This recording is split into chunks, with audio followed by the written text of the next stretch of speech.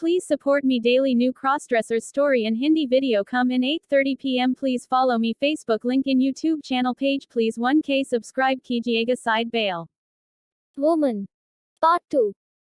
दिव्या बोली, आज पूरा दिन तुम ऐसे ही रहना ताकि तुम्हें थोड़ी महिला की तरह रहने की आदत हो जाए। हमने साथ में टीवी देखी या लंच भी किया। दिव्या ने बहुत कोशिश की मैं बोल दो कि मैं मैक्सी में बिल्कुल आरामदायक नहीं हूँ, लेकिन मैंने कुछ नहीं कहा। आखिरकार एक बार जब मुझे ब्रा की आदत हो गई तो कपड़े वास्तव में बहुत आरामदायक थे। हालांकि बाथरूम जाने से पहले मेरे लिए थोड़ा अभ्यास करना आसान हो गया था। दोपहर के भोजन के बाद दिव्या ने मुझे शेष दिन के लिए अपने जॉगिंग सूट में से एक में बदल दिया, जो मेरे लिए ठीक था क्योंकि वह मेरे किसी से भी हल्का और अधिक आरामदायक निकला। मैंने बाकी दिन आराम से टीवी देखने में बिताया, जबकि दिव्या अपने भविष्य की मैपिंग में व्यस्त थी। जल्द ही उसने अपनी संतुष्टि के लिए सब कुछ समझ लिया और मेरे साथ अपनी सभी योजनाओं की समीक्षा की। मैंने एक अमीर माँ बाप के अकेला लड़का था, तो मुझे नौकरी या पैसे की कभी टेंशन नहीं थी। हम जहाँ चाहे वह जा सकते थे। फिर दिव्या बोली, हम सबको बोले देंगे कि हम ट्रिप पे आउट ऑफ कंट्री जा रहे हैं, जबकि हम दूसरे नोएडा में एक अपार्टमेंट खरीदेंगे जहां तुम दीपिका शर्मा के नाम से अपनी नई जिंदगी शुरू करोगी। मैं तुम्हें एक महिला की तरह रहना है, चलना ही, मेकअप करना है या कपड़े पहनना है सिखोगी, लेकिन जब मैं पूरी तरह से तैयार हो जाऊंगी एक महिला की तरह, तो मुझे एक नौकरी खोज करनी होगी या उसे भी करना होगा। जब तक मैं खुद से हार नहीं मान लूंगा। फिर 1 साल तक मैंने अगले कई दिन दिव्या के कपड़ों के अलावा कुछ भी नहीं पहने।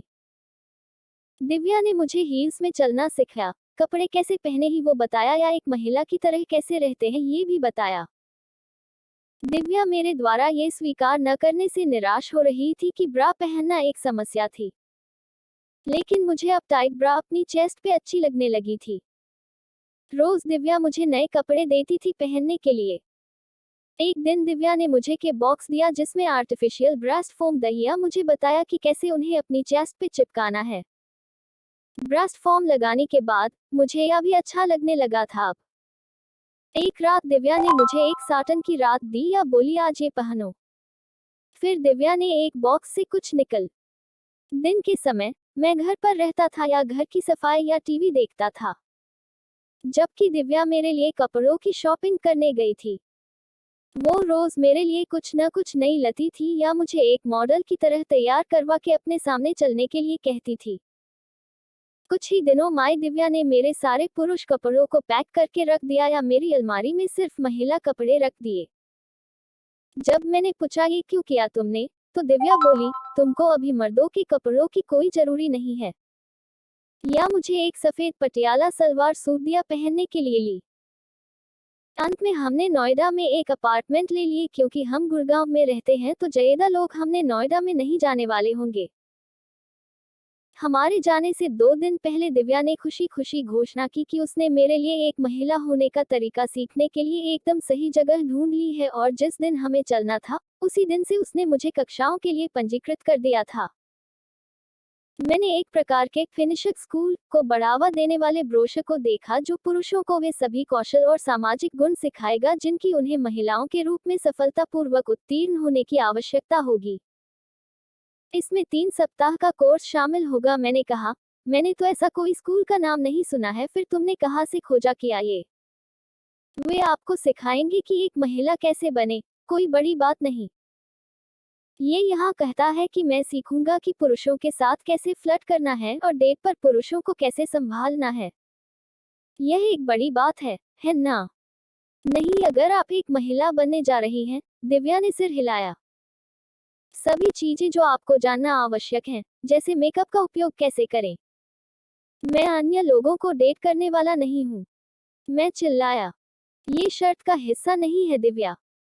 दिव्या ने कहा, तो तुमने अपनी हार मान ली है? फिर मैंने गुस्से में जवाब दिया कि शर्त में कभी भी किसी लड़के या आदमी को तारीफ करने की बात नहीं थी। मैंने कहा था कि आपको एक महिला के रूप में जीना और काम करना है, और पुरुष एक महिला होने का एक प्रमुख हिस्सा है। अब क्या आप शर्त को रद्द करना चाहते हैं या नहीं? मैंने इसे बंद करने के बारे में लंबा और कठिन सोचा, लेकिन इसके बजाय मुझे लगा कि मैं दिव्या का झांसा दूंगा। नहीं, मैंने दृढ़ता से कहा, मैं इसे बंद नहीं कर रहा हूँ, लेकिन अगर मैं आपको किसी और लड़के के लिए छोड़ दूं तो मुझे दोष मत दो। दिव्या ने चिढ़ाते हुए कहा, अगर आपको किसी और लड़के से प्यार हो जाता है तो मैं समझ जाऊंगी। बस मुझे शादी में आमंत्रित करो, क्योंकि मैं तुम्हें शादी के लहंगे में देखना चाहता हूँ। 2 दिन बाद दिव्या ने मुझे 3 हफ्ते के लिए ट्रेनिंग स्कूल में छोड़ दिया। स्कूल में आते ही एक सुंदर सी लड़की ने मुझे आपका स्वागत है किया या मुझे चेक इन में हेल्प की। उसके बाद मुझे मेरा कमरा देखा गया। मुझे नहीं पता था कि यह मेरी कैसी ट्रेनिंग होगी जिसके बाद शायद पुरुष भी मुझे देखने लगेंगे। प्रशिक्षण बहुत जल्दी से आगे बढ़ी या जल्दी ही मुझे अपना मेकअप या खुद से कपड़े चुनना करना बताया गया। मैंने वो सब बहुत जल्दी सीखा। अब मुझे पता था कि कौन सा परफ्यूम लेना है, हेयर कैसे बनाना है या कपड़े कैसे चुने करना है। मैंने पुरुषों के साथ छेड़खानी करने और एक महिला के रूप में नृत्य करने की कला भी सीखी। मेरी प्रगति का परीक्षण डिपार्टमेंट स्टोर और बुटीक में कपड़ों की खरीदारी करके, संग्रहालयों और कला दीर्घाओं की छोटी यात्राओं में ये जानने के लिए किया गया था कि भीड़ में कैसे कार्य करना है।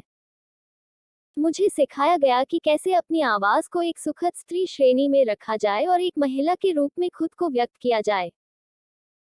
एक अंतिम परीक्षा के रूप में मैं कई अन्य छात्रों के साथ एक बार में गया जहां हमने उन पुरुष संरक्षकों के साथ छेड़खानी की और नृत्य किया जिन्हें हमारे वास्तविक लिंग का कोई पता नहीं था।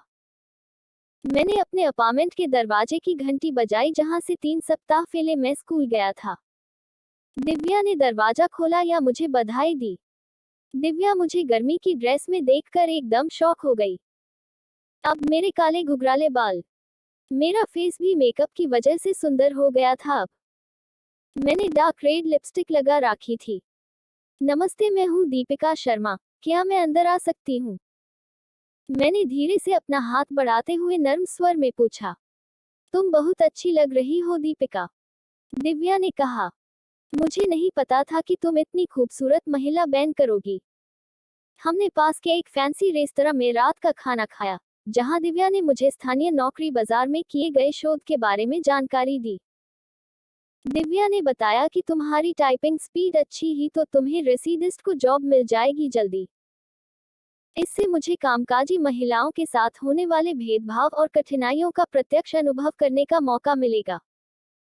हमने शाम की बाकी की खरीदारी मेरे साथ विभिन्न शैलियों के कपड़े, स्कर्ट, साड़ी और सूट की कोशिश में बिताई। मैं इस डर से दिव्या से कुछ भी नहीं कहना चाहता था कि वह सोच सकती है कि मैं पागल हूं, लेकिन मुझे लोगों को बेवकूफ बनाने और कोशिश करने के लिए अलग अलग पोशाक चुनने में बहुत अच्छा समय लग रहा था। जहां तक मेरा सवाल था, मैं पहले ही शर्त जीत चुका था। सौरभ के रूप में जीवन इतना मजेदार कभी नहीं था। दिव्या ने कहा, आपको लगता है कि आपको जाने से नफरत है? पुरुष भागों से निपटने के लिए सीखने के बारे में क्या? अद्भुत, मैंने जोर से कहा। मैंने उन सभी रहस्यों को सीखा जो महिलाएं पुरुषों को आकर्षित करने के लिए उपयोग करती हैं।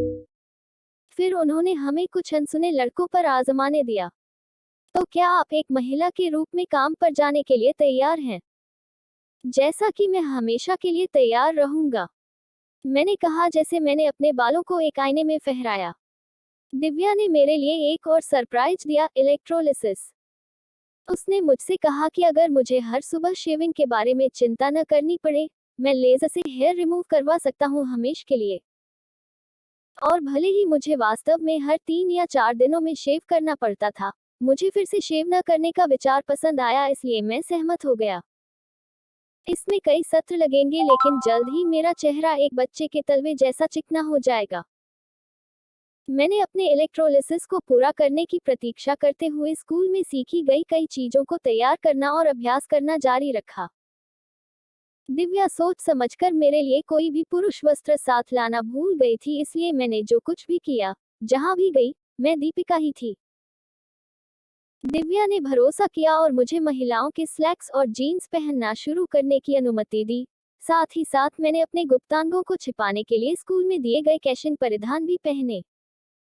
ब्रा पहनने में ज्यादा समय नहीं लगा और हर सुबह पैंटी मेरे लिए नियमित हो गई। जब मैंने पहली बार जीन्स पहनी तो मुझे देखकर दिव्या शॉक हो गई या बोली, तुम बहुत अच्छे लग रहे हो स्किन टाइट जीन्स में। दिव्या ने पूछा, ये वही जीन्स है जो मेरे तुम्हारे लिए लाई थी? तो मैंने जवाब दिया कि नहीं, वो बहुत ढीली थी, ये मैंने खुद खरीदे की है।